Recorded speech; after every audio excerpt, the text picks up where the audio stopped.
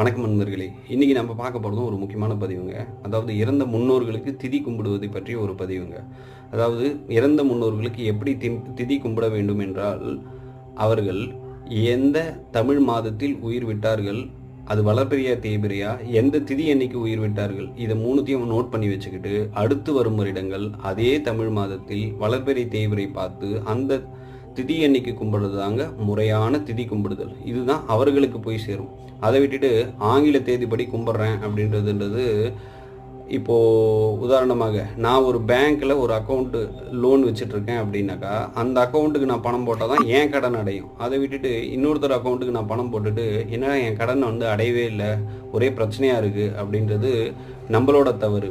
இந்த திதி வழிபாடுன்றது ஒழுங்காக பண்ண சொல்ல தான் முன்னோர்கள் ஆத்மா சாந்தி அடைந்து அடுத்த வரும் சந்ததியை விருத்தி அடையுங்க. அதனால் இது ரொம்ப முக்கியமான விஷயம்.